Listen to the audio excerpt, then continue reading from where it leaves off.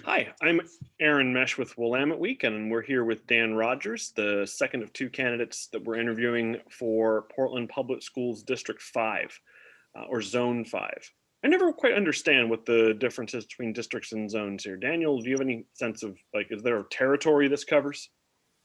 Well, I know that district at large is the entire Portland Public School District. So all of the geography that serves those students. The zone is a subdivision within that district. Hmm.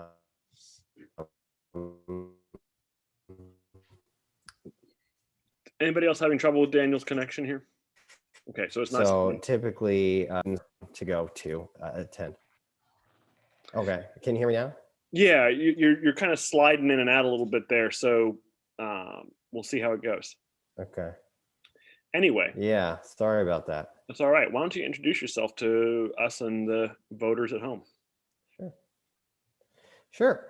So, hi, Aaron. Thank you for having me, and hello to everybody. I'm Dan Rodgers. I am from Pennsylvania originally, and we moved to Portland here in 2019. Little did we know what all was going to transpire, but I'm a family physician here. I help to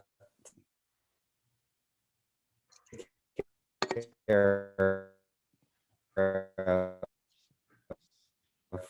basically people from been trying to get in. So, Dan, you're cutting in and out here. One of the things that we've found Sorry. that sometimes helps with this is that if you'll turn off your video, we may be able to make the sound quality the lag goes away. Okay. But keep telling us about yourself. You moved here in 2019. Yeah. So moved here in 2019 from Pennsylvania, and I work as a family physician, so helping take care for kids from birth all the way up through their transition to adulthood, and then I care for adults and geriatrics all the way up till end of life. And I knew when I moved here, I wanted to get involved in public life in some way and help the community. And I also have a daughter who's just turned 2, so started to look at the public school system. But with COVID, it became kind of difficult to navigate how to get involved. And then I started to see a lot of kids who had independent education plans and other special needs, and I really started to feel that the best way I could advocate for my community and the kids in the community was to run here. But that's a little bit about my background. I'm sure there are other questions. Absolutely. What is the main reason that you decided to hop into this race? Yeah, so kind of just springboarding off of what I was just talking about, I think there's not a single candidate among us who would say, they're not in this because they want to help their community, right? That's really the end goal, but that's not really substantive.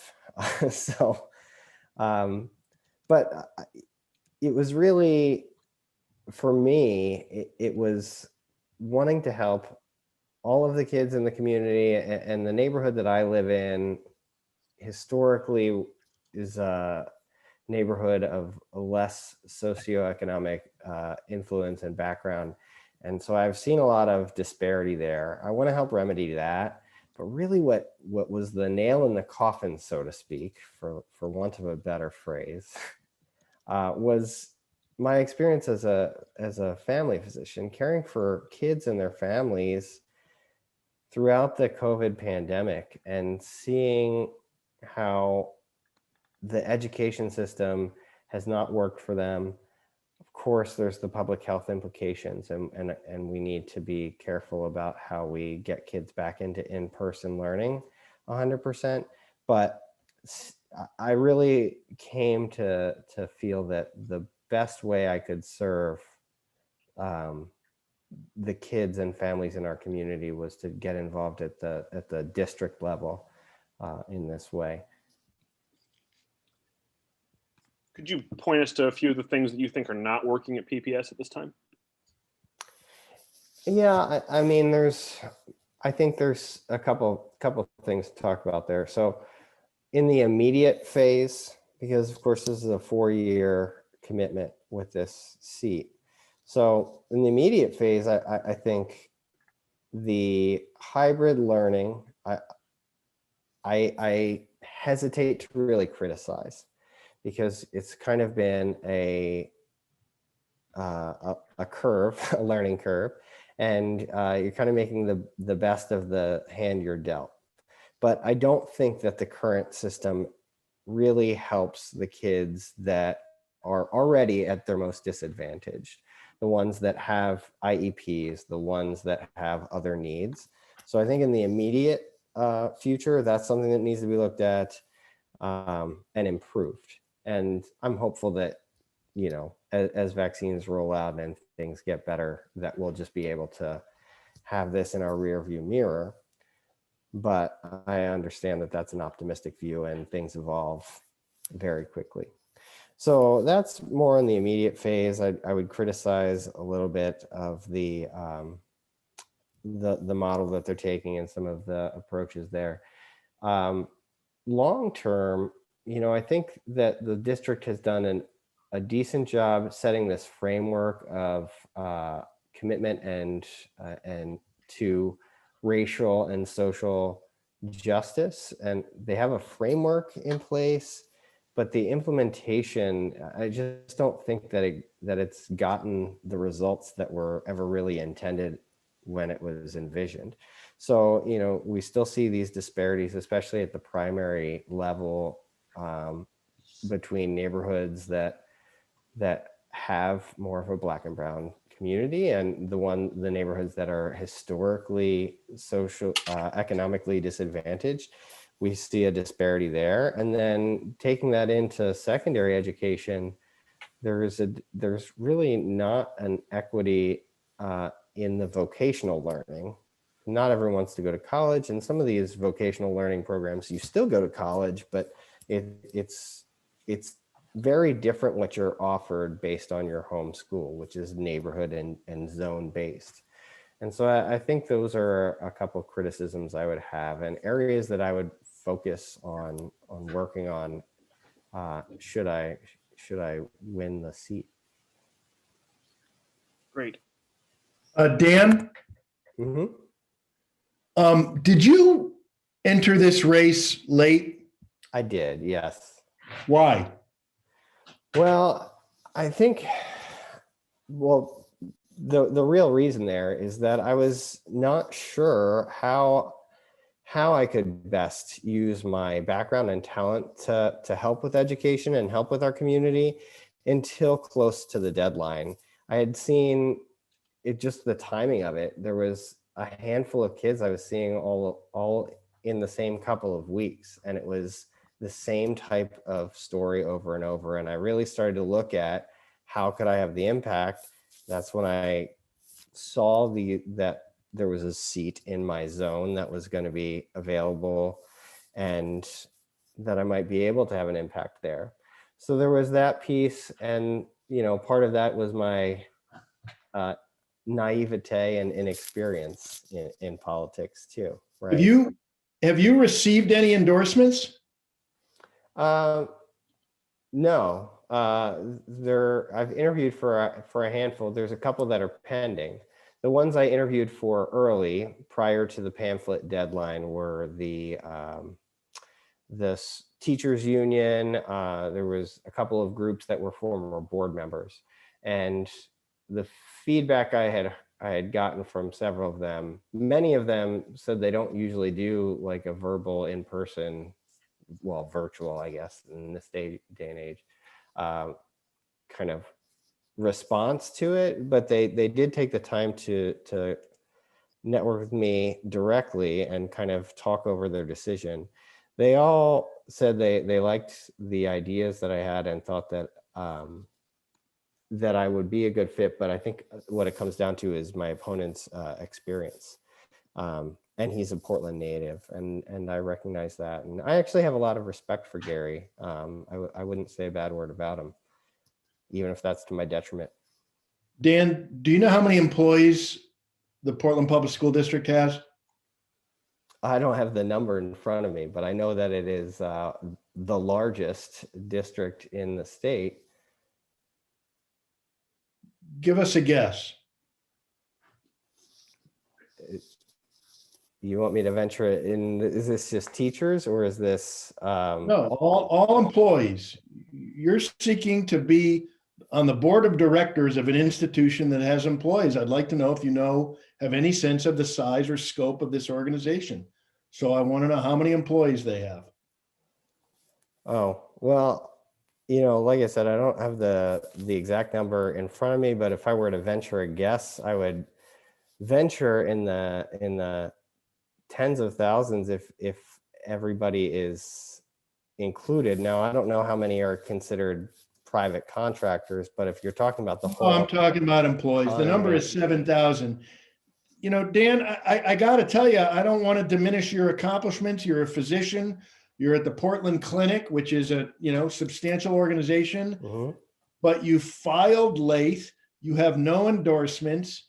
It doesn't sound like you know how many people are at the Portland School District. My guess is if I asked you the budget, you wouldn't know that either.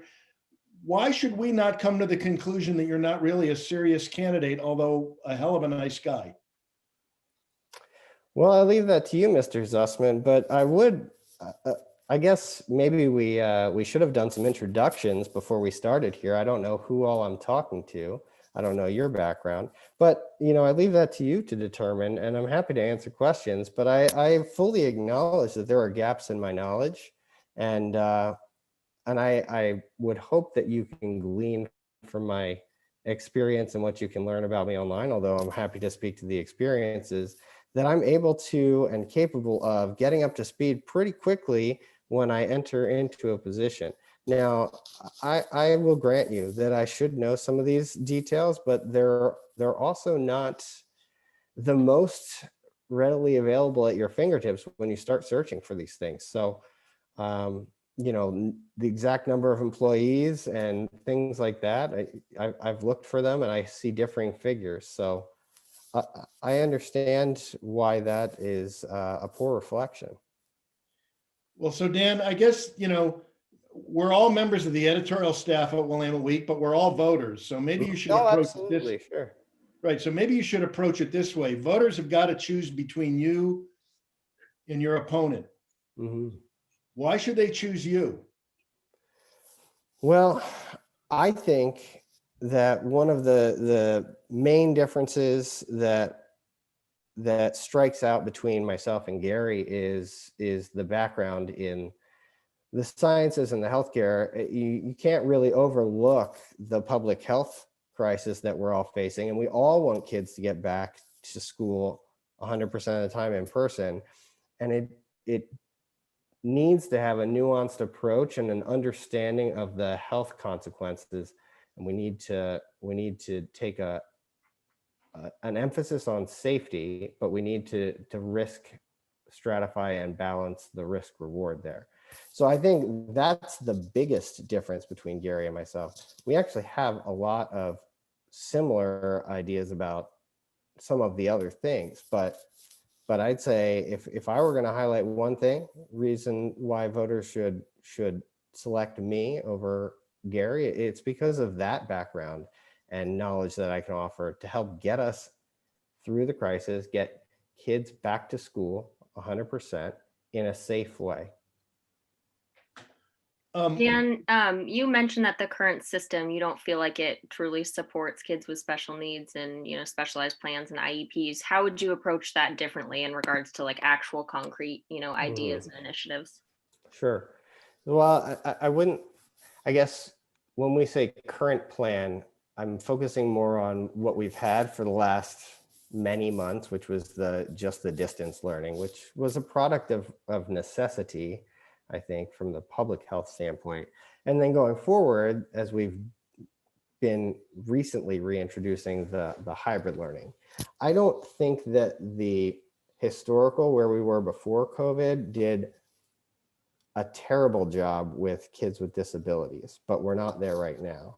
So trying to focus on a hybrid model that can help incorporate some of the supports that these families were getting before that they're not getting now.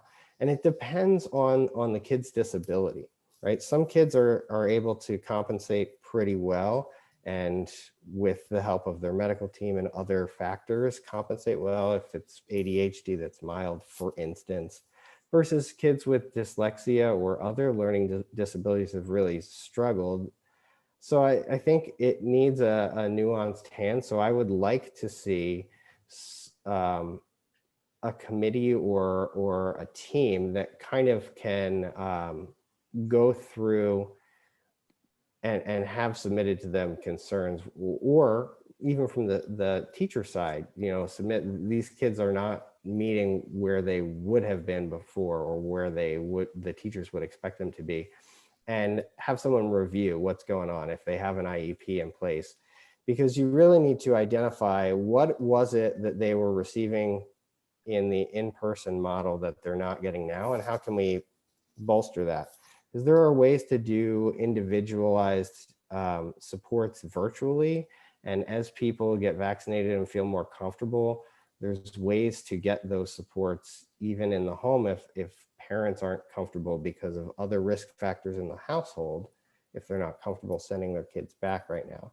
But really what we need to focus on is getting everyone back into the classroom. And once we do so, we're going to have a whole lot of catch up to do as well.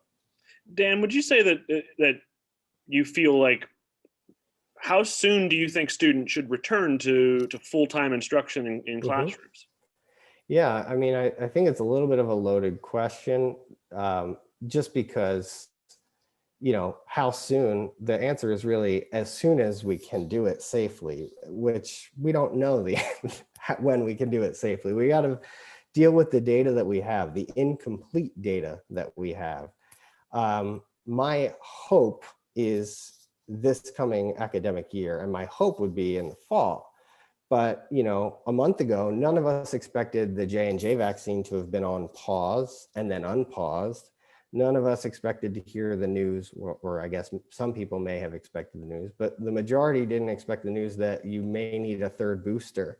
So I hesitate to really lock into a time frame, especially knowing that I'm a physician, and when people hear it coming from a physician, even though I'm a person and I'm crunching this data in real time and it's incomplete, it carries more weight, and I don't want to add fuel to that fire should we be wrong. So my commitment is that I'm gonna evaluate the data and the science at the time, make an evidence-based push, but I want kids back in school full-time as soon as we can safely do so. And I think we're getting there. I'm optimistic. If there aren't new hiccups, new surges, new variants, and vaccines can continue the way they are, and the trials progress the way that they are for adolescents and younger children, my hope would be the fall or shortly thereafter. But I hesitate to lock in because things change with this pandemic. We've all learned that you kind of have to be dynamic with this and nimble.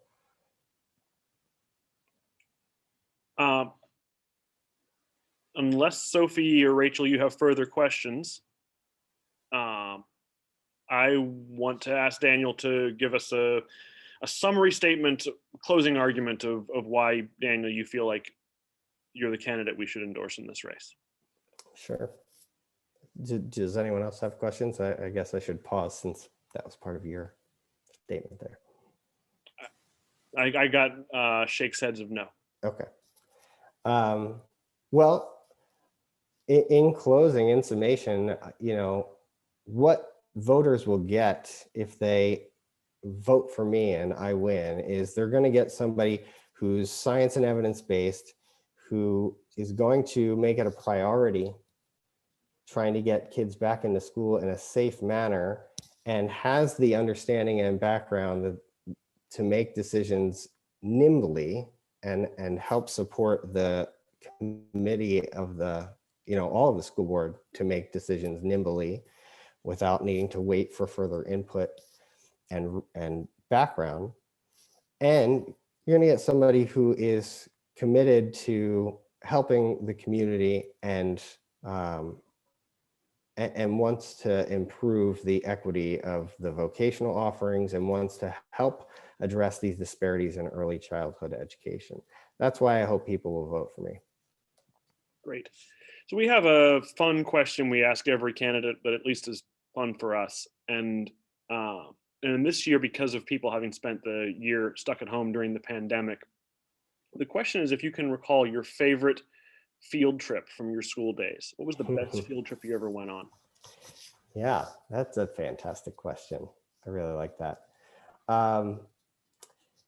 You know, I grew up on the East Coast, so different types of field trips that we would go on versus the field trips that you know, kids might be exposed to out here.